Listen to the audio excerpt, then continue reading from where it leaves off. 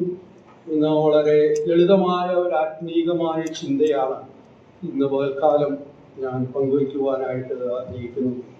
മത്തായി എഴുതിയ സുവിശേഷം 8-ാം അധ്യായത്തിൻ്റെ 27-ാമത്തെ വാക്യം ആദ്യമായിട്ട് ഒരു വാക്യമായി വായിക്കുവാൻ ഞാൻ ആഗ്രഹിക്കുകയാണ്. മത്തായി എഴുതിയ സുവിശേഷം 8-ാം അധ്യായത്തിൻ്റെ 27-ാമത്തെ വാക്യം. എന്നാറെ ആ മനുഷ്യർ അതിശയിച്ചു, ഇവൻ എങ്ങനെയുള്ളവൻ, കാറ്റും കടലും കൂടെ ഇവനെ അനുസരിക്കുന്നുവല്ലോ എന്ന് പറഞ്ഞു. ഈ വാക്യത്തിന്റെ പശ്ചാത്തലം നമുക്കെല്ലാവർക്കും വളരെ സുപരിചിതമായ ഒരു പശ്ചാത്തലമാണ് എന്നുള്ളത് നമുക്കറിയാൻ സാധിക്കും. മത്തായി എഴുതിയ സുവിശേഷത്തെ കുറിച്ച് നാം പഠിക്കുമ്പോൾ യഹൂദനെ കുറിച്ച് യഹൂദന്മാർക്ക് വേണ്ടി എഴുതിയ ഒരു സുവിശേഷമാണ് മത്തായി എഴുതിയ സുവിശേഷം എന്നുള്ളത് നമുക്കെല്ലാവർക്കും അറിയാം. അപ്പോൾ മത്തായിയുടെ വിശേഷം, മത്തായിയാണ് എഴുത്തുകാരൻ, അതുപോലെ തന്നെ യഹൂദൻ ആണ് വായനക്കാർ എന്നുള്ളത് നമുക്കിവിടെ കാണാൻ കഴിയും. യേശു ക്രിസ്തുവിനെ യഹൂദന്മാരുടെ രാജാവായി ഈ സുവിശേഷത്തിൽ നമുക്ക് അവതരിപ്പിക്കുന്നതായിട്ട് നമുക്കെല്ലാവർക്കും അറിയാവുന്ന ഒരു വസ്തുതയാണ്. മത്തായി എന്ന വാക്കിന്റെ അർത്ഥം തന്നെ ദൈവത്തിന്റെ ദാനം എന്നുള്ളതാണ്. മത്തായിക്ക് ലേവി എന്ന് മറ്റൊരു പേര് ഉള്ളതായിട്ട് മർക്കോസ് എഴുതിയ സുവിശേഷം 2-ാം അധ്യായത്തിന്റെ 14-ാം വാക്യത്തിൽ നമുക്ക് കാണാനായിട്ട് കഴിയുകയാണ്. അൽഫായുടെ മകനായ മത്തായി എന്ന് അവിടെ നാം വായിക്കുന്നു. കഫർന്നഹൂമിൽ റോമാ ഗവൺമെന്റിന് വേണ്ടി ചുങ്കം പിരിവുകാരൻ എന്ന ജോലി നിർവഹിച്ചിരുന്നു എന്നുള്ളത് നമുക്ക് എല്ലാവർക്കും അറിയാം. യഹൂദന്മാർ ചുങ്കം പിരിക്കുന്ന ആളുകളെ, ആ ജോലി ചെയ്യുന്നവരെ വളരെ നിഷിദ്ധമായി കണ്ടുവന്നിരുന്ന ഒരു കാലഘട്ടം ആയിരുന്നു. അങ്ങനെ ചുങ്കം പിരിവുകാരൻ എന്ന നിലയിൽ തന്റെ നാട്ടുകാരായ യഹൂദന്മാരുടെ വെറുപ്പിനെ താൻ കാരണമായി തീരുവാൻ ഇടയായി എന്ന് നാം മനസ്സിലാക്കുകയാണ്. ആ സാഹചര്യത്തിൽ കർത്താവ് തന്നെ വിളിച്ചപ്പോൾ, മത്തായി എഴുതിയ സുവിശേഷം 9-ാം അധ്യായത്തിൽ 9 മുതൽ 13 വരെയുള്ള വാക്യങ്ങളിലേക്ക് കടന്നു വരുമ്പോൾ കർത്താവ് തന്നെ വിളിക്കുന്നതായിട്ട് നമുക്ക് കാണുവാനായിട്ട് കഴിയുകയാണ്.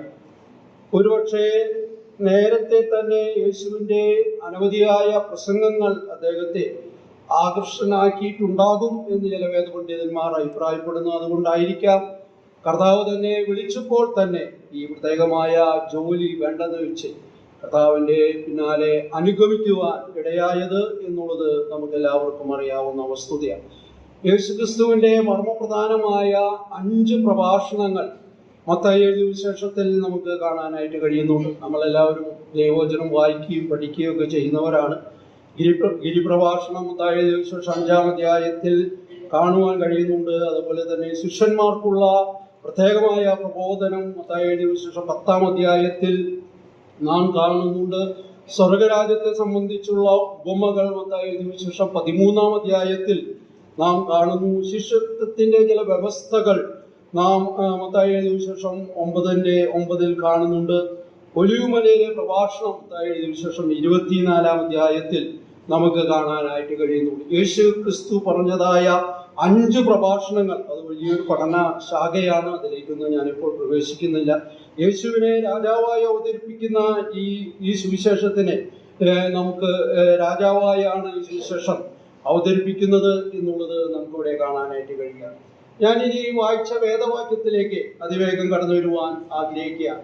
മത്തായി സുവിശേഷം 8-ാം അധ്യായത്തിലേക്ക് കടന്നു വരുമ്പോൾ, എന്നാറെ ആ മനുഷ്യർ അതിശയിച്ചു, ഇവൻ എങ്ങനെയുള്ളവൻ, കാറ്റും കടലും കൂടെ ഇവനെ അനുസരിക്കുന്നുവല്ലോ എന്ന് നമുക്കിവിടെ കാണാനായിട്ട് കഴിയുക. ഇവിടെ ഒരു ചോദ്യം ചോദിക്കുന്നതായിട്ട് നാം കാണുകയാണ്. ഇവൻ എങ്ങനെയുള്ളവൻ എന്നുള്ള ഒരു ചോദ്യമാണ് നമുക്ക് കാണാനായിട്ട് കഴിയുന്നത്. യേശു ക്രിസ്തു എങ്ങനെയുള്ളവനാണ്? ഈ ചോദ്യത്തിന് ഉത്തരം പറയുമ്പോൾ നമുക്ക് എല്ലാവർക്കും വളരെ എളുപ്പമായിട്ട് കഴിയുമായിരിക്കാം. ദൈവവചനത്തിൽ നിന്ന് ആ ചോദ്യത്തിനുള്ള ചില ഉത്തരങ്ങളാണ് ഞാൻ ഇന്ന് പകൽക്കാലം പറയുവാനായിട്ട് കഴിയുന്നത്. യേശു ക്രിസ്തു ചെയ്ത അത്ഭുതം കണ്ട് അതിശയിച്ച് ചോദിക്കുന്ന ഒരു ചോദ്യമാണ് ഇത്. കാറ്റും കടലും കൂടെ ഇവനെ അനുസരിക്കുന്നുവല്ലോ എന്ന് പറഞ്ഞ് നമുക്കിവിടെ കാണാൻ കഴിയുകയാണ്. ഇവൻ എങ്ങനെയുള്ളവൻ, അതാരാണ്? എന്നാറെ ആ മനുഷ്യർ എന്ന് പറയുകയാണ്. അവിടെ കൂടി വന്നിരിക്കുന്ന ജനമാണ് പറയുന്നത്, ഈ യേശു ക്രിസ്തു എങ്ങനെയുള്ളവനാണ് എന്നുള്ളത് നാം ഇവിടെ കാണുകയാണ്. 8-ാം അധ്യായത്തിന്റെ 1 മുതൽ അവസാനം വരെയുള്ള വാക്യങ്ങളിലേക്ക് കടന്നു വരുമ്പോൾ യേശു ക്രിസ്തു ചെയ്ത അനവധിയായ അത്ഭുതങ്ങൾ നമുക്ക് അവിടെ കാണാൻ കഴിയുന്നുണ്ട്. ഒന്നാം ഭാഗത്തേക്ക് കടന്നു വരുമ്പോൾ 8-ന്റെ ആരംഭ ഭാഗത്ത് ഒരു കുഷ്ഠരോഗിയെ സൗഖ്യമാക്കുന്നതായിട്ട് നാം കാണുന്നു. 2-ാം ഭാഗത്ത് കടന്നു വരുമ്പോൾ ശതാധിപന്റെ ബാല്യക്കാരനെ സൗഖ്യമാക്കുന്നതായിട്ട് കാണാൻ കഴിയുന്നു. ശീമോന്റെ അമ്മായിയമ്മയെ സൗഖ്യമാക്കുന്നതായിട്ട് കാണുവാൻ കഴിയുന്നു. കൊടുങ്കാറ്റിനെ ശമിപ്പിക്കുന്നതായിട്ട് നമുക്ക് കാണാൻ കഴിയുന്നു. അഞ്ചാമത്തെ ഒരു കാര്യം എന്ന് പറയുന്നത് ഗദരയിലെ ഭൂതഗ്രസ്തനെ സുഖപ്പെടുത്തുന്നതായിട്ട് നമുക്ക് കാണുവാനായിട്ട് കഴിയുക. 8-ാം അധ്യായം നാം മുഴുവൻ ഒന്ന് വായിക്കുമ്പോൾ അനവധിയായ അത്ഭുതങ്ങൾ നമുക്ക് കാണുവാനായിട്ട് കഴിയുക. യേശു ക്രിസ്തു എങ്ങനെയുള്ളവൻ എന്ന ചോദ്യത്തിന് ഉത്തരമായി നമുക്ക് ഒന്നാമതായിട്ട് കാണുവാൻ കഴിയുന്നത് യേശു ക്രിസ്തു രോഗികളെ സൗഖ്യമാക്കുന്നവനാണ് എന്നുള്ളതാണ് ഒന്നാമതായി ഞാൻ പറയുവാനായിട്ട് ആഗ്രഹിക്കുന്നത്. യേശു ക്രിസ്തുവിന്റെ ജീവിതം മൊത്തമായി നാം പഠിക്കുമ്പോൾ അനവധിയായ രോഗികളെ താൻ സൗഖ്യമാക്കുവാനിടയായിട്ടുണ്ട്. നാം എല്ലാവരും ദൈവവചനത്തിന് ഉടനീളമുള്ള പേജുകളിലേക്ക് കടന്നു വരുമ്പോൾ അനവധിയായ രോഗികളെ സൗഖ്യമാക്കി വൈദ്യശാസ്ത്രത്തിന് പോലും ഒരിക്കലും മാറ്റുവാൻ കഴിയാത്തതായ വളരെ ശക്തമായ രോഗത്തെ പോലും യേശു ക്രിസ്തു സൗഖ്യമാക്കുവാനിടയായിട്ടുണ്ട്. അങ്ങനെയുള്ള ക്രിസ്തുവിനെയാണ് നാം അനുഗമിക്കുന്നത്. അങ്ങനെയുള്ള ക്രിസ്തുവിന്റെ മക്കളായാണ് നാം തീർന്നിരിക്കുന്നത്. പലപ്പോഴും അതിന്റെ തീവ്രതയും ഗൗരവവും നാം മനസ്സിലാക്കാതെ പോകുന്നുണ്ടോ എന്നുള്ളത് എനിക്ക് സംശയം തോന്നാറുണ്ട്. ഈ പ്രഭാഷണത്തെ തുടർന്നമത്തായി 10 അത്ഭുതങ്ങൾ രേഖപ്പെടുത്തുന്നതായിട്ട് കാണുവാനായിട്ട് കഴിയുന്നുണ്ട്. ഈ പ്രഭാഷണം യേശുവിന്റെ പ്രഭാഷണമാണെങ്കിൽ ഈ വിഭാഗം അവന്റെ പ്രവൃത്തികളാണ് കാണുവാൻ കഴിയുന്നത്.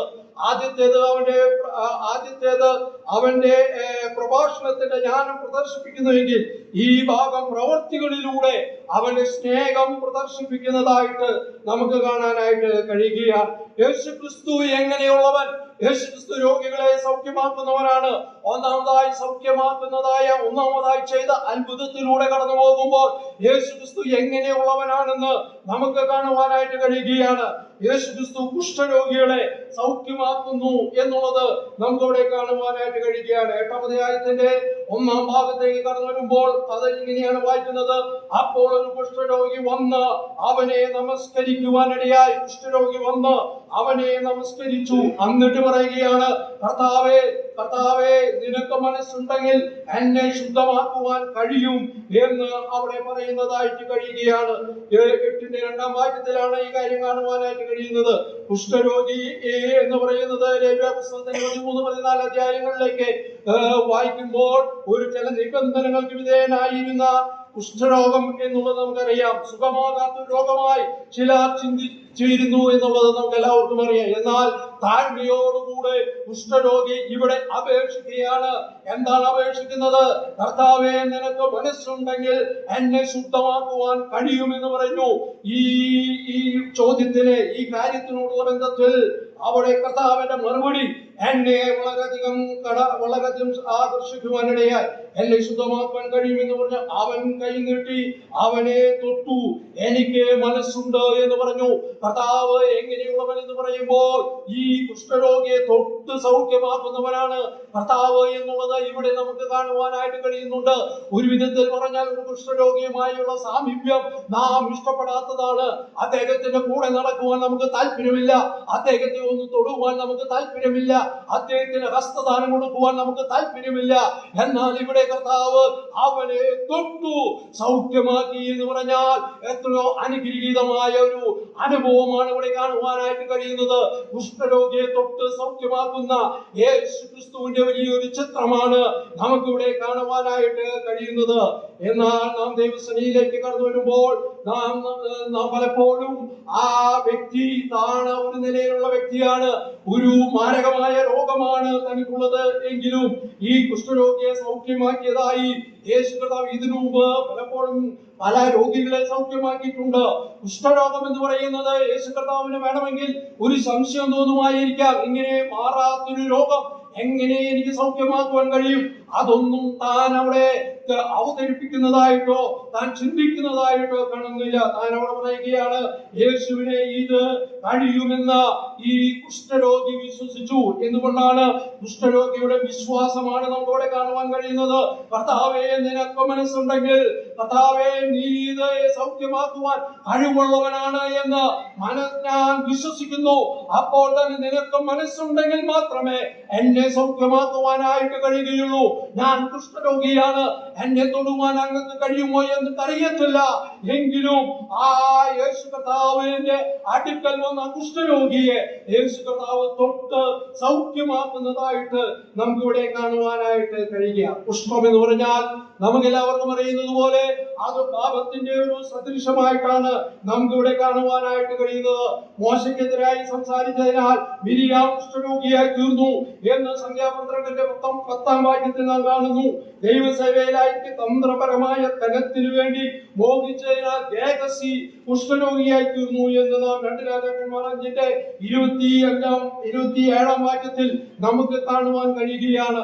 തനിക്കർഹമില്ലാത്ത പൗരോഹിത്യം കാക്ഷിച്ചതിനാൽ ഉസിയ രാജാവ് കുഷ്ഠരോഗിയായി തീർന്നു എന്നുള്ളത് നാം ഇവിടെ കാണുകയാണ്. അങ്ങനെ കുഷ്ഠം എന്ന് പറയുന്നത് പാപത്തിന്റെ ഒരു സദൃശമായി നമുക്ക് കാണുവാനായിട്ട് കഴിയുകയാണ്.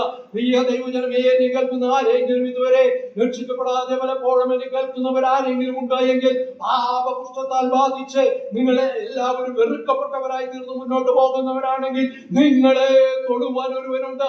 ആ തൊടുന്നവനാണ് കർത്താവ്. കർത്താവ് എങ്ങനെയുള്ളവനാണ്? അവൻ കുഷ്ഠരോഗിയെ തൊട്ട് സൗഖ്യമാക്കുന്നവനാണ്. വെറുതെ വാക്കുകൾ കൊണ്ട് പറയുന്നവനല്ല, തൊട്ട് സൗഖ്യമാക്കുന്ന ഒരു വ്യക്തിത്വമാണ് കർത്താവ് എന്നുള്ളത് നമുക്ക് ഇവിടെ കൊണ്ട് മനസ്സിലാക്കുവാനായിട്ട് കഴിയുക. 8:3 വാക്യത്തിലേക്ക് കടന്നു വരുമ്പോൾ അവൻ കൈ നീട്ടി അവനെ തൊട്ടു എന്നുള്ളത് നമുക്ക് ഇവിടെ കാണുവാൻ കഴിയുക. അങ്ങനെ അവൻ കൈ നീട്ടി അവൻ പറയുക, മനസ്സുണ്ട്, ശുദ്ധമാക എന്ന് പറഞ്ഞു. കർത്താവ് അതിനുടനെ മറുപടിയാണ്, ഞാൻ ആലോചിക്കട്ടെ, ഞാൻ മറ്റുള്ളവരുമായി ഒന്ന് ആലോചിച്ച് പറയാം എന്നൊന്നുമല്ല കർത്താവ് അവിടെ പറഞ്ഞത്. ഉടനെയാണ് അവിടെ റിസൾട്ട് വരുന്നത്. അപ്പോൾ തന്നെ താൻ തൊട്ട് സൗഖ്യമാക്കുവാൻ ഇടയായി. അവന്റെ കുഷ്ഠം മാറി, അവൻ ശുദ്ധമായി തീർന്നു. താൻ സൗഖ്യമാക്കുന്നവരെ അങ്ങനെ തൊടുക പതിവായിരുന്നു. മത്തായി സുവിശേഷത്തിന്റെ 15:9-25-29 വാക്യങ്ങളിലേക്ക് കടന്നു വരുമ്പോൾ അവൻ കർത്താവ് പലരെയും തൊട്ടു എന്നുള്ള കാര്യം കാണാൻ കഴിയും. കുഷ്ഠരോഗിയുള്ള ബന്ധത്തിൽ ഈ തൊടുക എന്ന് പറയുന്നത് വളരെ ശ്രദ്ധേയമാണ്. കാരണം ഈ കുഷ്ഠരോഗിയെ തൊടുവാനാരും ആഗ്രഹിക്കുന്ന കാര്യമല്ല. എന്നാൽ യേശു കർത്താവ് തൊട്ട് അവനെ സൗഖ്യമാക്കി എന്നുള്ളത് കാണുവാൻ കഴിയും. എന്തുകൊണ്ടാണ് യേശു കർത്താവ് ആ കുഷ്ഠരോഗിയെ തൊടുവാനിടയായത്? ആ യേശു കർത്താവിനെ അവനെ സൗഖ്യമാക്കുവാനുള്ള ഒരു സന്നദ്ധത ഇതിലുണ്ട് എന്നുള്ളത് നമുക്കിവിടെ കാണുവാനായിട്ട് കഴിയുക. അശുദ്ധനെ തൊടുന്നത് ന്യായപ്രമാണം വിലക്കിയിരിക്കുകയാണ്. അതാണ് ഞാൻ നേരത്തെ പറഞ്ഞത്. ലേവ്യ പുസ്തകം 5-3 വാക്യത്തിൽ കടന്നു വരുമ്പോൾ അശുദ്ധനായ ഒരു വ്യക്തിയുമായി സാമീപ്യം വരുത്, അവരെ തൊടുകരുത് എന്നുള്ളത് നമുക്കിവിടെ കാണാൻ കഴിയും. എന്നാൽ ഇതിലൂടെ നമുക്ക് മനസ്സിലാക്കാൻ കഴിയുന്ന ഒരു പ്രധാനപ്പെട്ട കാര്യം, ഏത് ഹീനഭാവിയെയും സ്വാഗതം ചെയ്യുക എന്നുള്ള ഒരു പ്രധാനപ്പെട്ട കാര്യമാണ് ഇതിലൂടെ വെളിവാകുന്നത്. ഉടനെ അവന്റെ കുഷ്ഠം മാറി. സൗഖ്യത്തിന്റെ ശീഘ്രത യേശുവിന്റെ അധികാരത്തിന്റെ ഉജ്ജ്വല ദീപ്തിയാണ് എന്നുള്ളത് നമുക്കിവിടെ കാണാൻ കഴിയുന്നു. യേശുവിന്റെ രോഗശാന്തിയുടെ പ്രത്യേകത അത് പെട്ടെന്നുള്ളതും പൂർണ്ണവും സ്ഥിരവുമായതാണ് എന്നുള്ളതാണ്. യേശു ക്രിസ്തു തൊട്ടത് കൊണ്ട് കുറെ കാലം കഴിഞ്ഞിട്ടല്ല സൗഖ്യമാക്കുന്നത്. ഒരു രോഗം വന്നാൽ നമുക്കറിയാം, ഒരു കോൾഡ് വന്നാൽ, പനി വന്നാൽ നമുക്കറിയാം, ചില മരുന്നുകൾ നാം കഴിക്കുന്നു, ഉടനെ ക്വിക്കായിട്ട് ആക്ഷൻ നമുക്ക് ലഭിക്കുകയില്ല. 1-2 ദിവസം നമ്മൾ ആക്ടിവേറ്റ് കഴിക്കേണ്ടി വരും. എന്നാൽ മാത്രമേ ചുമ വിട്ടുമാറുകയുള്ളൂ. ഇവിടെ കർത്താവിന്റെ സൗഖ്യം എന്ന് പറയുന്നത് ഉടനെയുള്ള സൗഖ്യമാണ്. യേശു കർത്താവ് തൊട്ടപ്പോൾ ആ കുഷ്ഠരോഗിയുടെ രോഗം മാറി എന്നുള്ളത് എത്രയോ സന്തോഷകരമായ അനുഭവം. കർത്താവ് എങ്ങനെയുള്ളവൻ? അവൻ താഴ്ന്നവരെ സ്നേഹിക്കുന്നവൻ, അവൻ കുഷ്ഠരോഗിയെ സൗഖ്യമാക്കുന്നവൻ. യേശു കർത്താവിന്റെ സ്പർശനങ്ങളെ കുറിച്ച് മത്തായി സുവിശേഷത്തിൽ അനവധിയായിട്ട് കാണാൻ കഴിയുന്നു. ശുദ്ധീകരണത്തിന്റെ സ്പർശനം മത്തായി സുവിശേഷം 8-3 വാക്യം, അതാണ് നാം ഇവിടെ വായിച്ചത്. യേശു കർത്താവ് തൊട്ടു, അതൊരു ശുദ്ധീകരണത്തിന്റെ ഒരു സ്പർശനമായിരുന്നു. അവൻ കുഷ്ഠരോഗിയായിരുന്നു. എന്നാൽ യേശു കർത്താവ് തൊട്ടപ്പോൾ അവന് സൗഖ്യം ലഭിക്കുവാനിടയായി. അത് തന്നെയല്ല, 8-15 കടന്നു വരുമ്പോൾ പത്രോസിന്റെ അമ്മായിയമ്മയെ അവിടെ യേശു കർത്താവ് തൊടുന്നതായി കാണുന്നു. അങ്ങനെ തൊടുമ്പോൾ ആ അമ്മായിയമ്മയുടെ പനി അവിടെ മാറുന്നതായി കാണുന്നു. പനി എന്ന് പറഞ്ഞാൽ നിസ്സാരമായ രോഗമായി വേണമെങ്കിൽ കാണുമായിരിക്കാം. എന്നാൽ ഇവിടെ കർത്താവ് വന്ന് ആ അമ്മായിയമ്മയെ തൊട്ടപ്പോൾ ആ വ്യക്തിക്ക് രോഗസൗഖ്യം വന്നു എന്നുള്ളത് നാം കാണുന്നു. യേശു കർത്താവ് തൊടുന്ന മറ്റൊരു സംഭവം എന്ന് പറയുന്നത് മത്തായി 9:29 കടന്നു വരുമ്പോൾ കണ്ണു കാണാത്ത കുരുടന്മാരായ ആളുകളുടെ കണ്ണുകളെ തൊട്ട് അവർക്ക് സ്പർശനം, അവരുടെ കണ്ണിനെ സ്പർശിച്ച് ആ കണ്ണുകൾക്ക് ആ കാഴ്ച ലഭിച്ചതായി നമുക്ക് കാണാൻ കഴിയുന്നു. മത്തായി 17:7 വാക്യത്തിൽ കടന്നു വരുമ്പോൾ യേശു കർത്താവ് തൊടുമ്പോൾ ഭയം അകന്നു പോകുന്നതായിട്ട് നമുക്ക് കാണുവാനായിട്ട് കഴിയുക. യേശു കർത്താവ് അത്രയും ഉന്നതനായ വ്യക്തിയാണ്. അവൻ തൊടുമ്പോൾ സൗഖ്യമാക്കുന്നവനാണ്, അവൻ വിടുതൽ നൽകുന്നവനാണ്, അവൻ ആരോഗ്യം നൽകുന്നവനാണ്, അസുഖങ്ങളെ മാറ്റുന്നവനാണ്. പ്രിയദൈവജനമേ, ഈ യേശു കർത്താവ് എങ്ങനെയുള്ളവനാണ്? അവൻ രോഗികളെ സൗഖ്യമാക്കുന്നവനെന്ന് മാത്രമല്ല, കുഷ്ഠരോഗികളായ നമ്മെ പാപകുഷ്ഠത്താൽ ബാധിച്ചു മുന്നോട്ട് പോകുന്ന ആരെങ്കിലും ഇന്ന് പകൽക്കാലം എന്നെ കേൾക്കുന്നുണ്ട് എങ്കിൽ നിങ്ങളുടെ പ്രത്യേകമായ അവസ്ഥകൾക്ക് മാറ്റം വരുത്തുവാൻ കർത്താവ് നിങ്ങളെ തൊടുവാൻ ആഗ്രഹിക്കുക. എന്നാൽ പലപ്പോഴും കർത്താവിന് നമ്മുടെ ജീവിതം വെച്ചു കൊടുക്കുവാൻ മനസ്സില്ലാത്തവരായി ലോകത്തിന്റെ പിന്നാലെ നാം പോയിക്കൊണ്ടിരിക്കുക. അങ്ങനെ പോയത് കൊണ്ട് ഒരു കാര്യവുമില്ല. കർത്താവ് നിങ്ങളെ തൊടുവാൻ ആഗ്രഹിക്കുക. അടുത്തതായി നമുക്ക് മുന്നോട്ട് പോകാം. മത്തായി 8:4 വാക്യം ഒന്ന് വായിക്കാം. മത്തായി 8:4 വാക്യം. യേശു അവനോട്, നോക്കൂ, ആരോടും പറയരുത്. അവർക്ക് സാക്ഷ്യത്തിനായി നീ ചെന്ന് നിന്നെ തന്നെ പുരോഹിതന് കാണിച്ച് മോശ കൽപ്പിച്ച വഴിപാട് കഴിക്ക എന്ന് പറഞ്ഞു. ഇവിടെ യേശു ക്രിസ്തു ഒരു അത്ഭുതം ചെയ്തിരിക്കുകയാണ്. എന്താണ് 8:4 വായിക്കുന്നത്? യേശു അവനോട്, നോക്കൂ, ആരോടും പറയരുത്. നമ്മുടെ ജീവിതത്തിലൊക്കെ നാം എന്തെങ്കിലും ഇങ്ങനെയുള്ള ഒരു കാര്യം ചെയ്തു എങ്കിൽ നാം ഇങ്ങനെ പറയുമോ? ഒരിക്കലും പറയുകയില്ല. ആരോടും പറയുകയില്ല എന്ന് നാം ഒരിക്കലും പറയുകയില്ല എന്ന് മാത്രമല്ല, നാം ചെയ്തതായ കാര്യം എല്ലാ ആളുകളോടും പറയുവാനുള്ള ഒരു വ്യഗ്രത നമ്മളിൽ ഉണ്ട് എന്നുള്ളത് നമുക്ക് കാണാൻ കഴിയും. നിങ്ങളത്തിൻ്റെതായ ചില വാക്കുകൾ നമ്മളിലൂടെ മുന്നോട്ട് കടന്നു വരുവാനിടയാകും. യേശു കർത്താവിലൂടെ ചെയ്യുന്ന പ്രവൃത്തി, യേശു എങ്ങനെയുള്ളവനാണ്? അത് രണ്ടാമത്തെ കാര്യം. യേശു കുഷ്ഠരോഗികളെ സൗഖ്യമാക്കുന്നവരെന്ന് മാത്രമല്ല, യേശു കർത്താവ് ചെയ്ത പ്രവൃത്തി ആരോട് പറയുവാൻ താൻ ആഗ്രഹിക്കാത്തവനാണ്. താൻ വലിയവനാണെന്ന് മറ്റുള്ളവരുടെ മുമ്പാകെ തെളിയിക്കുവാൻ തനിക്ക് മനസ്സുണ്ടായിരുന്നില്ല എന്നുള്ളതാണ്. യേശു കർത്താവ് ഈ വാക്കുകൾ സുവിശേഷത്തിന്റെ അനേക ഭാഗങ്ങളിൽ പറയുവാനായിട്ടിടയാകുന്നുണ്ട്. ആരോടും പറയരുത്. കർത്താവ് ചെയ്ത പ്രവൃത്തി വേണമെങ്കിൽ എല്ലാവരോടും പറയാമായിരുന്നു. ഒരു കുഷ്ഠരോഗിയെ സൗഖ്യമാക്കുക എന്ന് പറഞ്ഞാൽ വൈദ്യശാസ്ത്രത്തിന് പോലും കഴിയാത്തതായ ഈ പ്രവൃത്തി കർത്താവ് ചെയ്തപ്പോൾ വേണമെങ്കിൽ ഒരു 100 ആൾ അറിയട്ടെ എന്ന് വിചാരിക്കാമായിരുന്നു. എന്നാൽ കർത്താവ് ഇവിടെ പറയുകയില്ല, ഇത് ആരോടും പറയരുത്. എന്തുകൊണ്ടാണ് കർത്താവ് അങ്ങനെ ചിന്തിക്കുവാനിടയായത്? ഒരു അതിശയ പ്രവർത്തകൻ എന്ന നിലയിലും ദേശീയ വിമോചകൻ എന്ന നിലയിലുമുള്ള ഒരു പ്രസിദ്ധി ഒഴിവാക്കുന്നതിനും അവരെ ശരിയായ ദൗത്യം തെറ്റിദ്ധരിപ്പിക്കാവുന്ന പ്രതീതി പോറ്റി വളർത്തിയിരിക്കുന്നതിനും തന്റെ അത്ഭുതങ്ങൾ രഹസ്യമായിരിക്കണമെന്ന് താൻ ആഗ്രഹിച്ചു. എന്താണ് അതിന് കാരണം? ഒരു അതിശയ പ്രവർത്തകൻ ഇവിടെ വന്നിരിക്കുന്നു, ഒരു ദേശീയ വിമോചകൻ ഇവിടെ വന്നിരിക്കുന്നു. അതുകൊണ്ട് അവനെ കുറിച്ചുള്ള പ്രസിദ്ധി ലോകമെമ്പാടും അറിയണമെന്ന് താൻ ആഗ്രഹിക്കുന്നതായി ഒരിക്കലും നമുക്ക് ഇവിടെ കാണുവാൻ കഴിയുന്നില്ല.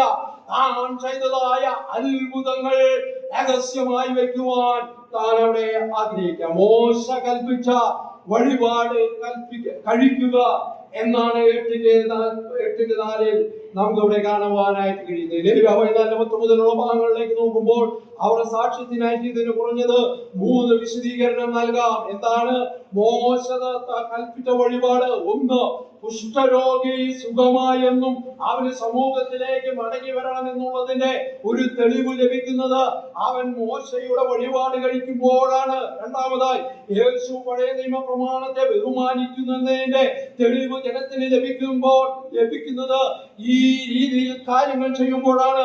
3, യേശു ലോകത്തിന്റെ മേൽ അധികാരമുള്ള മശികയാണ് എന്നതിന് തെളിവ് ലഭിക്കുകയാണ്. അതുകൊണ്ടാണ് മോശയുടെ വഴിപാട് കഴിക്കണം. ചില സ്ഥലങ്ങളിൽ നിന്നെ തന്നെ പുരോഹിതനെ കാണിച്ച് മോശയുടെ വഴിപാട്, ഇതാണ് പുരോഹിതനെ കാണിക്കുന്നത്, ഇതിനു വേണ്ടിയാണ്.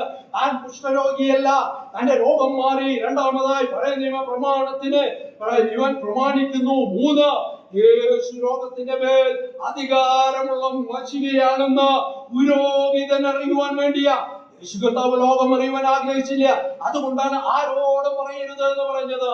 എന്നാൽ പാപം കുഷ്ഠബാധിച്ച ആരെങ്കിലും നമ്മുടെ ജീവിതങ്ങളിൽ നിന്ന് കർത്താവിനെ അറിയാതെ മുന്നോട്ട് പോകുന്നെങ്കിൽ നിങ്ങളെ സൗഖ്യമാക്കുന്നവരാണ് കർത്താവ്. പെട്ടെന്നുള്ള രോഗസൗഖ്യമാണ് കർത്താവ് നമുക്ക് നൽകുന്നത് എന്നുള്ളത് നാം ഒരിക്കലും മറന്നു കളയുവാൻ പാടില്ലാത്തതായ ഒരു കാര്യം. കർത്താവ് എങ്ങനെയുള്ളവൻ? ആ കർത്താവ് രോഗികളെ സൗഖ്യമാക്കുന്നവനാ. കർത്താവ് എങ്ങനെയുള്ളവനാണ്? അവൻ സമൂഹത്തിലെ വിലയും നിലയുമില്ലാത്ത കുഷ്ഠരോഗികളെ സൗഖ്യമാക്കുന്നവനാ. കർത്താവ് എങ്ങനെയുള്ളവനാ? കർത്താവ് ആരോടും താൻ ചെയ്ത പ്രവൃത്തി ഉയർത്തി പറയുവാൻ താല്പര്യമില്ലാത്തവനായിരുന്നു. താഴ്മയുടെ മൂർത്തിഭാവമായി മുന്നോട്ട് പോകുന്നതായി നമുക്ക് കാണുവാനായിട്ട് കഴിയുക. കർത്താവ് ഇങ്ങനെയുള്ളവനാണ്. രണ്ടാമതായി നമുക്ക് അടുത്ത അത്ഭുതത്തിലേക്ക് കടന്നു വന്ന് കർത്താവ് എങ്ങനെയുള്ളവനാണ് എന്നുള്ളത് നമുക്ക് അവിടെ കാണുവാനായിട്ട് കഴിയുക. നമുക്ക് അവിടെ കാണുവാൻ കഴിയുന്നത് മത്തായി 8 മുതൽ 13 വരെയുള്ള വാക്യങ്ങളാണ് ഈ സംഭവം കാണുന്നത്. എങ്കിലും 5-6 വാക്യങ്ങൾ മാത്രം ഒന്ന് വായിക്കാൻ സമയം അവിടെ പോകുന്നുവല്ലോ. മത്തായി 8:5-6 വാക്യങ്ങൾ. അവൻ കഫർനഹൂമിലെത്തിയപ്പോൾ ഒരു ശതാധിപൻ വന്ന് അവനോട്, കർത്താവേ, എന്റെ ബാല്യക്കാരൻ പക്ഷവാതം പിടിച്ച് കഠിനമായി വേദനപ്പെട്ട് വീട്ടിൽ കിടക്കുന്നു എന്ന് അപേക്ഷിച്ചു പറഞ്ഞു. മതി. ഇവിടെ 8:1 മുതൽ 4 വരെയുള്ള വാക്യങ്ങളിൽ യേശു കർത്താവ് കുഷ്ഠരോഗിയെ സൗഖ്യമാക്കുകയാണ്. എന്നാൽ 5 മുതലുള്ള വാക്യങ്ങളിലേക്ക് കടന്നു വരുമ്പോൾ അവൻ കഫർനഹൂമിലെത്തിയപ്പോൾ ഒരു ശതാധിപൻ വന്ന് അവനോട് പറയുന്നതായിട്ടാണ് നമുക്ക് ഇവിടെ കാണാൻ കഴിയുന്നത്. ശതാധിപൻ എന്ന് പറഞ്ഞാൽ ഹെരോദാവ് അന്തിപ്പാസിന്റെ കീഴിൽ മിലിറ്ററിയിലെ ഒരു ജൂനിയർ ഓഫീസറാണ് ശതാധിപൻ എന്ന് പറയുന്നത്. അയാൾ നേരിട്ട് യേശുവിനെ അഭിമുഖീകരിക്കുന്നതായിട്ടാണ് മത്തായി ഇവിടെ വെളിപ്പെടുത്തുവാനിടയാകുന്നത്.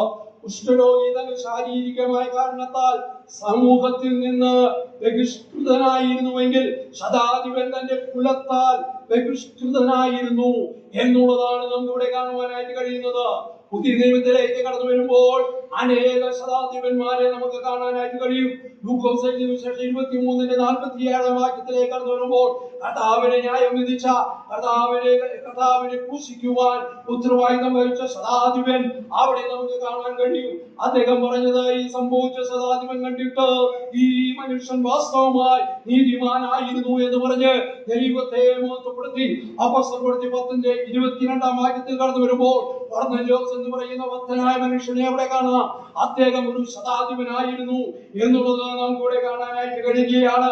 അപ്പോസ്തലപ്രവൃത്തി 22:26 വാക്യത്തിലേക്ക് കടന്നു വരുമ്പോൾ അവിടെ ഒരു ശതാധിപൻ സഹസ്രാധിപനോട് സംസാരിക്കുന്നത് അവിടെ നമുക്ക് കാണാൻ കഴിയുന്നുണ്ട്. നീ എന്തു ചെയ്യാൻ പോകുന്നു? ഈ മനുഷ്യൻ പൗലോസിനെ കുറിച്ച് അവിടെ പറയുക, ഈ മനുഷ്യൻ റോമാ പൗരനാകുന്നു എന്ന് ബോധിപ്പിച്ചു. സഹസ്രാധിപൻ വന്ന്, നീ റോമാ പൗരൻ തന്നെയോ എന്ന് കർത്താവിനോട് ചോദിക്കുന്നത് അവിടെ കാണാൻ കഴിയും. എന്നോട് പറയുക, അതിന് ഉത്തരം പറയുക എന്ന് പറഞ്ഞു. എന്നാൽ ഈ സഹസ്രാധിപൻ പറയുക, ഞാൻ ഏറിയ മുതൽ കൊടുത്താണ് ഈ റോമാ പൗരത്വം സമ്പാദിച്ചത്. എന്നാൽ സഹസ്രാധിപൻ പറഞ്ഞു, ഞാനോ അങ്ങനെ ജനിച്ചിരിക്കുന്നു. പൗലോസ് അങ്ങനെ ജനിച്ചവനാണ്. സഹസ്രാധിപൻ വില കൊടുത്തു വാങ്ങിയതാണ്. എന്നാൽ പൗലോസ് അങ്ങനെ ജനിച്ചവനാണ് എന്ന് അവിടെ പറയുവാനായിട്ട് ഇടയാകുന്നുണ്ട്. അങ്ങനെ ശതാധിപൻ എന്ന് പറയുന്ന വ്യക്തി വിലയുള്ളവനായ, സമൂഹത്തിൽ വിലയും നിലയുമുള്ളവരായ പടയാളികൾ തന്റെ കീഴിലുണ്ട്. താൻ അവിടെ പറയുന്നുണ്ട്, എന്റെ കീഴിൽ പടയാളികളുണ്ട്. ഒരുവനോട് വരിക എന്ന് പറഞ്ഞാൽ വരുന്നു, ഒരുവനോട് പോക എന്ന് പറഞ്ഞാൽ പോകുന്നു. എനിക്ക് എന്തെങ്കിലും കാര്യങ്ങൾ ചെയ്യുവാൻ എനിക്ക് തന്നെ ചെയ്യേണ്ടതായിട്ടില്ല. എന്റെ കീഴിൽ ജോലിക്കാരുണ്ട്, എന്റെ കീഴിൽ അനവധിയായ ആളുകളുണ്ട്. അവരോട് ഒരു വാക്ക് കൽപ്പിച്ചാൽ അവർ സകലവും ചെയ്യും എന്നുള്ളതാണ് ഇവിടെ ശതാധിപൻ പറയുവാനായിട്ട് ഇടയായത്. ഈ ശതാധിപന്റെ ഈ അത്ഭുതകരമായ കാര്യത്തിലേക്ക് കടന്നു വരുമ്പോൾ കർത്താവ് എങ്ങനെയുള്ളവനാണ് എന്നുള്ളത് നമുക്ക് വളരെ വ്യക്തമായി നമുക്ക് കാണുവാനായിട്ട് കഴിയുക. അവിടെ നാം 6 വാക്യങ്ങളിലേക്ക് കടന്നു വരുമ്പോൾ, ശതാധിപൻ വന്ന് 8-6 വാക്യത്തിലേക്ക് കടന്നു വരുമ്പോൾ അവിടെ കാണുന്ന കർത്താവേ, എന്റെ ബാല്യക്കാരൻ പക്ഷവാതം പിടിച്ച് കഠിനമായി വേദനപ്പെട്ട് വീട്ടിൽ കിടക്കുന്നു എന്ന് അപേക്ഷിക്കുകയാണ്. ബാല്യക്കാരന് വേണ്ടി കർത്താവിനോട് അപേക്ഷിക്കുന്ന ശതാധിപനെയാണ് ഇവിടെ കാണുന്നത്. ലൂക്കോസ് 2-ാം വാക്യത്തിൽ കടന്നു വരുമ്പോൾ ഈ സംഭവം തന്നെ അവിടെ രേഖപ്പെടുത്തിയിട്ടുണ്ട്. അവിടെ നാം വായിക്കും 2 പദങ്ങൾ അവിടെ കൂടുതലായി കാണാൻ കഴിയും. അവിടെ ഇങ്ങനെയാണ് കാണുന്നത്, ശതാധിപന് പ്രിയനായ ദാസൻ എന്നാണ് അവിടെ കാണുവാനായിട്ട് കഴിയുന്നത്. ഇവിടെ ബാല്യക്കാരൻ എന്ന വാക്കാണ് ഉപയോഗിച്ചിരിക്കുന്നതെങ്കിൽ കുറച്ചുകൂടെ ലൂക്കോസ് സുവിശേഷത്തിൽ വായിക്കുമ്പോൾ അവിടെ ദാസൻ എന്നാണ് പറയുന്നത്. ശതാധിപന്റെ കീഴിലുള്ള ഒരു ദാസനെയാണ് ഇവിടെ രോഗം പിടിച്ചിരിക്കുന്നത്. എങ്കിൽ ശതാധിപന്റെ ദാസനാണ് എങ്കിലും ഈ ദാസൻ ശതാധിപന്റെ പ്രിയനായവനാണ് എന്നുള്ളത് വളരെ ചിന്തനീയമായ ഒരു കാര്യമാണ്. ദാസനാണെങ്കിലും ബാല്യക്കാരനാണെങ്കിലും ഇത് ശതാധിപന് പ്രിയനായ ഒരു വ്യക്തിത്വമാണ് എന്നുള്ളത് എത്രയോ നല്ല മാതൃകാപരമായ ഒരു കാര്യമാണ്. ഇന്ന് നമ്മുടെ വീടുകളിലൊക്കെ ജോലിക്ക് കടന്നു വരുന്നവരെ നാം പലപ്പോഴും വളരെ ഏഴാം കുലികൾ എന്ന രീതിയിലാണ് കാണുന്നത്. ഒരു വിലയുമില്ലാത്തവരായിട്ടാണ് നാം കാണുന്നത്. നിസ്സാരമായ കാര്യങ്ങളെ കൊണ്ടാണ് നാം അവരെ കണ്ടുകൊണ്ടിരിക്കുന്നത്. എന്നാൽ ഈ ശതാധിപൻ നമ്മുടെ മുമ്പാകെ വലിയ ഒരു മാതൃകയാണ് വെക്കുന്നത്. തന്റെ ബാല്യക്കാരൻ പ്രിയനായിരുന്നു. അത് എത്രയോ അനുഗ്രഹീതമായ കാര്യം. തന്റെ ബാല്യക്കാരന് വേണ്ടി കർത്താവിനോട് സംസാരിക്കുന്ന ഒരു ശതാധിപനെയാണ് ഇവിടെ കാണുന്നത്. വേണമെങ്കിൽ ശതാധിപനെ ഏതെങ്കിലും ജോലിക്കാരെ വിട്ടുകൊണ്ട് ഇങ്ങനെ എന്റെ ബാല്യക്കാരന് സുഖമില്ലാതെ ആയിട്ടുണ്ട്, അവന് സൗഖ്യമാക്കാനുള്ള ക്രമീകരണം ചെയ്യാമായിരുന്നു. എന്നാൽ താൻ തന്നെ മുന്നോട്ടിറങ്ങി കർത്താവിന്റെ അടുക്കൽ വരുന്നതായിട്ട് നമുക്കിവിടെ കാണുവാനായിട്ട് കഴിയുക. അങ്ങനെ ശതാധിപൻ ബാല്യക്കാരന് വേണ്ടി കർത്താവിനോട് അപേക്ഷിക്കുന്നു. ഇവിടെ കർത്താവ് എങ്ങനെയുള്ളവൻ എന്ന് പറയുന്ന അടുത്ത ഒരു പോയിന്റിലേക്കാണ് ഞാൻ കടന്നു വരുന്നത്. 8-7 വാക്യത്തിലേക്ക് കടന്നു വരുമ്പോൾ അവിടെ നാം കാണുന്നത്, അവർ അവനോട് ഞാൻ വന്ന് അവനെ സൗഖ്യമാക്കും എന്ന് പറഞ്ഞു. കർത്താവ് പറയുക, ഞാൻ വന്ന് അവനെ സൗഖ്യമാക്കും. യേശുവിന്റെ സന്നദ്ധതയാണ് ഇവിടെ കാണുന്നത്. എനിക്ക് മറ്റു പല കാര്യങ്ങളുണ്ട്, അതൊന്നും തീർത്ത് എനിക്ക് വരുവാനായിട്ട് കഴിയുകയില്ല. അല്ലെങ്കിൽ 2 ദിവസം കഴിയട്ടെ, എനിക്ക് വേറെ പല കമ്മിറ്റ്മെന്റുകൾ ഉണ്ട്, അതൊക്കെ കഴിഞ്ഞിട്ട് ഞാൻ വരാം എന്നുള്ളത് അവിടെ കാണുന്നില്ല. എന്നാൽ ശതാധിപനാണ് എന്നുള്ളത് കൊണ്ട് ആണ് കർത്താവ് അങ്ങനെ പോയത് എന്ന് നമുക്ക് ചിന്തിക്കുവാൻ വഴിയില്ല. കാരണം കുഷ്ഠരോഗിയുടെ അടുക്കൽ കർത്താവ് ആ കുഷ്ഠരോഗി യേശുവിന്റെ അടുക്കൽ വന്നപ്പോൾ അവിടെ തൊട്ട് സൗഖ്യമാക്കിയ കർത്താവ് ശതാധിപനായതുകൊണ്ടല്ല അങ്ങോട്ട് പോകുവാനിടയായത്. ഏത് നിസ്സാരന്മാരായ വ്യക്തിയുടെ അടുക്കലേക്കും കർത്താവ് പോകുന്നവനാണ് എന്നുള്ളത് നമുക്കിവിടെ കാണുവാൻ കഴിയുക. യേശുവിന്റെ സന്നദ്ധത ഇവിടെ കാണുകയാണ്. അതില്ല അവൻ ഇതിന് യോഗ്യനാണ് എന്ന് ശുപാർശ മൂപ്പന്മാർ അവിടെ ചെയ്യുന്നുണ്ട്. അവരോട് യേശു കർത്താവ് തർക്കിക്കുന്നില്ല. ഈ ശതാധിപനെ കുറിച്ച് നമുക്ക് ലൂക്കോസ് 7-4-5 വാക്യങ്ങളിലേക്ക് കടന്നു വരുമ്പോൾ ഇവിടെ ഇല്ലാത്തതായ ചില കാര്യങ്ങൾ അവിടെ കാണുന്നുണ്ട്.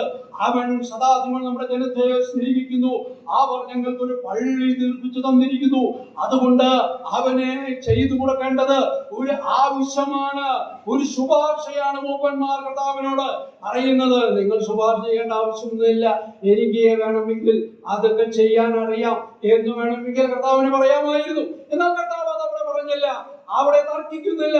അവരുടെ മൂപ്പന്മാരുടെ ആ വാക്കുകൾ അങ്ങനെ തന്നെ ഇരിക്കട്ടെ എന്ന് പറഞ്ഞുകൊണ്ട് അവരുടെ വാക്കുകളെ മുഖവിലേക്ക് എടുത്തുകൊണ്ട് തന്നെയാണ് കർത്താവ് അവിടെ പ്രവർത്തിക്കുവാൻ ഇടയാകുന്നത്. കർത്താവ് എങ്ങനെയുള്ളവനാണ്? ഞാൻ വന്ന് അവനെ സൗഖ്യമാക്കുന്നവനാണ്. ഇവിടെ ഞാൻ വന്ന് എന്നുള്ളത് വളരെ ചിന്തനീയമായ ഒരു കാര്യമാണ്. യേശുവിന്റെ അടുക്കൽ വന്നവരെ സൗഖ്യമാക്കുവാൻ വളരെ എളുപ്പമാ. എന്നാൽ ഇത് ഈ രോഗിയായ വ്യക്തി, ഈ ബാല്യക്കാരനായ വ്യക്തി വീട്ടിലാണ് സുഖമില്ലാതെ കിടക്കുന്നത്. അങ്ങോട്ടേക്ക് കർത്താവ് യാത്ര ചെയ്യുവാൻ തയ്യാറാകുകയാ. എത്രയോ അനുഗ്രഹീതമായ ഒരു ചിന്തയാണ് കർത്താവ് അവിടെ തന്നെ തന്റെ അടുക്കൽ വന്നവരെ സൗഖ്യമാക്കുക എന്ന് പറയുന്നത്. എളുപ്പമായിരിക്കാം, എന്നാൽ കർത്താവ് ഇവിടെ പറയുകയാണ്, ഞാൻ വന്ന് അവനെ സൗഖ്യമാക്കും. കർത്താവ് അവന്റെ അടുക്കലേക്ക്, അവന്റെ വീട്ടിലേക്ക് അവനെ സൗഖ്യമാക്കുവാൻ കടന്നു പോകുന്നതായിട്ട് നമുക്ക് അവിടെ കാണുവാനായിട്ട് കഴിയുക. കർത്താവ് എങ്ങനെയുള്ളവനാ? അവൻ വന്ന് സൗഖ്യമാക്കുന്നവനാണ്. പ്രിയജനങ്ങളെ, നമ്മെ സൗഖ്യമാക്കുന്നവനായ ഒരു കർത്താവാണ്. കർത്താവ് എങ്ങനെയുള്ളവനാ? അവൻ നമ്മുടെ അടുക്കൽ വരുന്നവനാ. നമ്മുടെ ദുഃഖനേരത്ത് അവൻ നമ്മുടെ അടുക്കൽ വരുന്നവനാ. നമ്മുടെ രോഗത്തിന്റെ മധ്യത്തിൽ അവൻ നമ്മുടെ അടുത്ത് വരുന്നവനാ. മാനസികമായ വ്യതയുടെ കാര്യങ്ങളിലൂടെ നാം കടന്നു പോകുമ്പോൾ കർത്താവ് നമ്മുടെ അടുക്കൽ വരുന്നവനാണ്. ഇങ്ങനെയുള്ള ഒരു പുണ്യമനുഷ്യനാണ് നമ്മുടെ കർത്താവ്. ആ കർത്താവിനെയാണ് നാം ആരാധിക്കുന്നത്, മഹത്വപ്പെടുത്തുന്നത്. ആ കർത്താവിന്റെ മക്കളായിട്ടാണ് നാം ജീവിച്ചു കൊണ്ടിരിക്കുന്നത്. കർത്താവ് നമ്മുടെ അടുക്കൽ വരുന്നവനാ. കർത്താവ് എങ്ങനെയുള്ളവനാ? ഈ കർത്താവ് നമ്മുടെ അടുക്കൽ വരുന്നവനാ. നമുക്ക് മുന്നോട്ട് പോകാം. നമുക്ക് ലൂക്കോസ് 7:6 ഈ സംഭവം തന്നെ അവിടെ പറയുന്നുണ്ട്. ലൂക്കോസ് 7:6. യേശു അവരോട് കൂടെ പോയി. വീട്ടിനോട് അടുപ്പാറായപ്പോൾ ശതാധിപൻ സ്നേഹിതന്മാരെ അവന്റെ അടുക്കൽ അയച്ചു. കർത്താവെ, പ്രയാസപ്പെടേണ്ട. നീ എന്റെ പുരയ്ക്കകത്ത് വരുവാൻ ഞാൻ പോരാത്തവൻ. അതുകൊണ്ട് നിന്റെ അടുക്കൽ വരുവാൻ ഞാൻ യോഗ്യനെന്ന് എനിക്ക് തോന്നിയിട്ടില്ല. ഒരു വാക്ക് കൽപ്പിച്ചാൽ എന്റെ ബാല്യക്കാരന് സൗഖ്യം വരും. ഞാനും അധികാരത്തിന് കീഴ്പ്പെട്ട മനുഷ്യൻ. എന്റെ കീഴിൽ പടയാളികളുണ്ട്. ഒരുവനോട് പോക എന്ന് പറഞ്ഞാൽ അവൻ പോകുന്നു, മറ്റൊരുവനോട് വരിക എന്ന് പറഞ്ഞാൽ അവൻ വരുന്നു. എന്റെ ദാസനോട് ഇത് ചെയ്യുക എന്ന് പറഞ്ഞാൽ അവൻ ചെയ്യുന്നു എന്ന് പറയിച്ചു. ഇവിടെ നമുക്ക് എല്ലാവർക്കും സുപരിചിതമായ ഒരു കാര്യമാണ്. 7:6 കടന്നു വരുമ്പോൾ യേശു അവരോട് കൂടെ പോകുകയാണ്. ശതാധിപനായ വ്യക്തി മൂപ്പന്മാരെയാണ് പറഞ്ഞയച്ചിരിക്കുന്നത്. ഈ ശതാധിപനോട് സംസാരിക്കാൻ യേശുവിന്റെ അടുക്കൽ വന്നു. അങ്ങനെ ആ ശതാധിപന്റെ കാര്യങ്ങളാണ് മൂപ്പന്മാർ അവിടെ പറയുന്നത്. ഈ മൂപ്പന്മാരോടൊന്നിച്ച് കർത്താവ് അവരോടുകൂടെ പോകുകയാണ്. അങ്ങനെ പോകുന്ന സമയത്താണ് ശതാധിപൻ മറ്റു ചില വ്യക്തികളെ അവരുടെ അടുക്കിലേക്ക് പറഞ്ഞയക്കുന്നത്. യേശുവിനെ പ്രയാസപ്പെടുത്തേണ്ട, അവൻ എന്റെ വീട്ടിൽ വരുവാൻ ഞാൻ യോഗ്യനല്ല. എന്റെ മുറിക്കകത്ത് വരുവാൻ ഞാൻ യോഗ്യനല്ല. അവനൊരു വാക്ക് കൽപ്പിച്ചാൽ മതി, എന്റെ ബാല്യക്കാരനെ സൗഖ്യം വരും. ഈ വാക്കുകൾ വായിച്ചപ്പോൾ ഞാൻ വളരെയധികം ചിന്തിക്കുവാനിടയായി. ഇത്രയും ഉന്നതമായ ഒരു വ്യക്തിത്വം, ഇത്രയും മിലിറ്ററി ഓഫീസർ എന്ന് പറയുന്ന രീതിയിൽ അനവധിയായ പട്ടാളക്കാർ തന്നെ കീഴിലുള്ള ഈ ശതാധിപന്റെ താഴ്മ എത്രയോ അനുഗ്രഹീതമായ ഒരു താഴ്മയാണ്. കർത്താവ് എന്റെ വീട്ടിൽ വരുവാൻ ഞാൻ യോഗ്യനല്ല. അദ്ദേഹത്തിന്റെ വീട് എന്ന് പറയുന്നത് ഒരു മണിമാളിക തന്നെ ആയിരിക്കാം. ഞാൻ ഇങ്ങനെ ഗസ് ചെയ്യുകയാണ്. ഉന്നതമായ ജോലിയുള്ള ഒരു വ്യക്തിയുടെ വീട് ഉന്നതമായ ഒരു വീടായിരിക്കാം. ആ വീട്ടിലേക്ക് വരുവാൻ ഞാൻ യോഗ്യനല്ല. ഒരു വാക്ക് കൽപ്പിച്ചാൽ മതി, എന്റെ ബാല്യക്കാരനെ സൗഖ്യം വരും. ഇവിടെ പറയുകയാണ്, അങ്ങൊരു വാക്ക് കൽപ്പിച്ചാൽ മതി, എന്റെ ബാല്യക്കാരൻ, എന്റെ പ്രിയനായ ഈ ബാല്യക്കാരൻ, എന്റെ ദാസനായ ഈ ബാല്യക്കാരനെ സൗഖ്യം വരുവാനിടയാകും. അതുകൊണ്ട് ഒരു വാക്ക് കൽപ്പിക്കുക എന്നുള്ളതാണ് നമുക്ക് ഇവിടെ കാണുവാനായിട്ട് കഴിയുന്നത്. നാം മുന്നോട്ട് പോകുമ്പോൾ കർത്താവിനുള്ള ശതാധിപന്റെ വിശ്വാസം നമുക്ക് ഇവിടെ കാണാം. കർത്താവേ, നീ എന്റെ പുരയ്ക്കകത്തേക്ക് വരുവാൻ ഞാൻ യോഗ്യനല്ല. ഒരു വാക്ക് മാത്രം കൽപ്പിച്ചാൽ എനിക്ക് സൗഖ്യം വരും. എത്രയോ അനുഗ്രഹീതമായ ഒരു കാര്യമാണ്. എന്നാൽ യേശു കർത്താവ് എങ്ങനെയുള്ളവൻ? യേശു കർത്താവ് എങ്ങനെയുള്ളവനാണെന്ന് കാണുന്ന മറ്റൊരു ആശയം 8:10 കടന്നു വരുമ്പോൾ യേശു ക്രിസ്തുവിനെ ശതാധിപനെ കുറിച്ച് ഒരു സാക്ഷ്യം അവിടെ പറയുന്നതായിട്ട് നാം കാണുക. ഇത് കേട്ടിട്ട് യേശു അതിശയിച്ചു. പിൻചെല്ലുന്നവരോട് പറഞ്ഞത്, ഇസ്രായേലിൽ കൂടെ ഇത്ര വലിയ വിശ്വാസം ഞാൻ കണ്ടിട്ടില്ല എന്ന് ഞാൻ സത്യമായിട്ട് നിങ്ങളോട് പറയുന്നു. ഈ ശതാധിപന്റെ വാക്കുകൾ കേട്ടപ്പോൾ, കർത്താവിനോടുള്ള തന്റെ സാമീപ്യം കണ്ടപ്പോൾ, തന്റെ സംസാരം കണ്ടപ്പോൾ യേശു കർത്താവ് പിൻചെല്ലുന്നവരോട്, കൂടെയുള്ള ആളുകളോട് പറയുക, ഈ ഇസ്രായേലിൽ കൂടെ ഇത്ര വലിയ വിശ്വാസം ഞാൻ കണ്ടിട്ടില്ല എന്ന് നമുക്ക് അവിടെ കാണുവാനായിട്ട് കഴിയാം. വിശ്വാസം എന്ന് പറയുന്നത് 3 രീതിയിൽ ബൈബിൾ നമ്മെ പഠിപ്പിക്കുന്നുണ്ട്. ഒന്ന്, ഇത്ര വലിയ വിശ്വാസം. അതുപോലെ തന്നെ രണ്ടാമതായി അല്പവിശ്വാസം എന്ന് പറയുന്നുണ്ട്. ചില ഭാഗത്ത് നമുക്ക് അത് കാണാൻ കഴിയും. വെളിപ്പാട് പുസ്തകം 2-ാം അധ്യായത്തിലേക്ക് കടന്നു വരുമ്പോൾ നീ എങ്ങനെയുള്ള വിശ്വാസം നിഷേധിച്ചില്ല. സാക്ഷിയായ ദൈവത്തിന് വേണ്ടി നിലനിന്ന അന്തിപ്പാസിനെ വന്ന കാലത്ത് പോലും നിങ്ങളുള്ള വിശ്വാസം ആ അന്തിപ്പാസ് നിഷേധിച്ചില്ല എന്ന് അവിടെ വായിക്കുന്നു. അതുകൊണ്ട് നാം ഏത് വിശ്വാസ കാറ്റഗറിയിൽപ്പെടും? അല്പവിശ്വാസിയാണോ, അതോ ഇത്ര വലിയ വിശ്വാസത്തിന് ഉടമയാണോ, അതോ അന്തിപ്പാസിന് വേണ്ടി സുവിശേഷത്തിന് വേണ്ടി തലവെച്ചു കൊടുത്ത വീരയോദ്ധാക്കളുടെ പോലെ കർത്താവിന് വേണ്ടി നിലനിൽക്കുവാൻ തയ്യാറായി നിൽക്കുന്ന വിശ്വാസികളാണോ? അങ്ങനെയാണ് എങ്കിൽ കർത്താവ് നമ്മെ കുറിച്ച് സന്തോഷിക്കുവാൻ ഇടയാകും എന്നുള്ളത് നമുക്കിവിടെ കാണുവാൻ കഴിയുന്ന കാര്യമാണ്. യേശു കർത്താവ് എങ്ങനെയുള്ളവനാണ്? അവൻ ശതാധിപനെ മാത്രമല്ല, ഏതൊരു വ്യക്തിയുടെ ജീവിതത്തിലുള്ള നല്ല കാര്യങ്ങളെ കണ്ട് സാക്ഷി പറയുന്നവനാണ്. അത് ചെറിയവനാണെന്നോ വലിയവനാണെന്നോ വ്യത്യാസമില്ലാതെ കർത്താവ് സാക്ഷ്യം പറയുന്നവനാ, നമ്മെ കുറിച്ച് സാക്ഷ്യം പറയുന്നവനാ. കർത്താവ് പറയുകയാണ്, ഇത്ര വലിയ വിശ്വാസം ഇസ്രായേലിൽ പോലും ഞാൻ കണ്ടിട്ടില്ല. അത്രയോ അനുഗ്രഹീതമായ ഒരു സാക്ഷ്യം. നമ്മെ കുറിച്ച് എന്ത് സാക്ഷ്യം പറയും? കർത്താവ് നമ്മെ കുറിച്ച് എന്ത് പറയും? കർത്താവിന് വേണ്ടി നാം നിലനിൽക്കേണ്ടവരാ, കർത്താവിന് വേണ്ടി ജീവിക്കേണ്ടവരാ. കർത്താവ് നമ്മെ കുറിച്ച് ഉദ്ദേശിക്കുന്ന രീതിയിൽ നമ്മുടെ ജീവിതങ്ങളെ ക്രമീകരിച്ച് മുന്നോട്ട് പോകുവാനായിട്ടാണ്. വലിയ വിശ്വാസത്തിന് മത്തായി അനേക ഉദാഹരണങ്ങൾ നമ്മോട് പറയുന്നുണ്ട്. അതിലേക്ക് ഞാൻ ഇപ്പോൾ പ്രവേശിക്കുവാൻ ആഗ്രഹിക്കുന്നില്ല, ആ സമയം മുന്നോട്ട് പോയല്ലോ. പിന്നെ നാം മുന്നോട്ട് പോകുമ്പോൾ പത്രോസിന്റെ അമ്മായിയമ്മയുടെ സൗഖ്യം അവിടെ നമുക്ക് കാണാനായിട്ട് കഴിയില്ല. അത് യേശുക്രിസ്തു എങ്ങനെയുള്ളവനാണ്? യേശുക്രിസ്തു രോഗികളെ സൗഖ്യമാക്കുന്നവനാണ്. യേശുക്രിസ്തു ചെയ്ത കാര്യം ആരോട് പറയുവാൻ ആഗ്രഹിക്കാത്തവനാണ്. യേശുക്രിസ്തു കുഷ്ഠരോഗിയെ സൗഖ്യമാക്കുന്നവനാണ്. യേശുക്രിസ്തു നല്ല കാര്യങ്ങൾ ചെയ്താൽ അവനെ പ്രകീർത്തിക്കുന്നവനാണ്.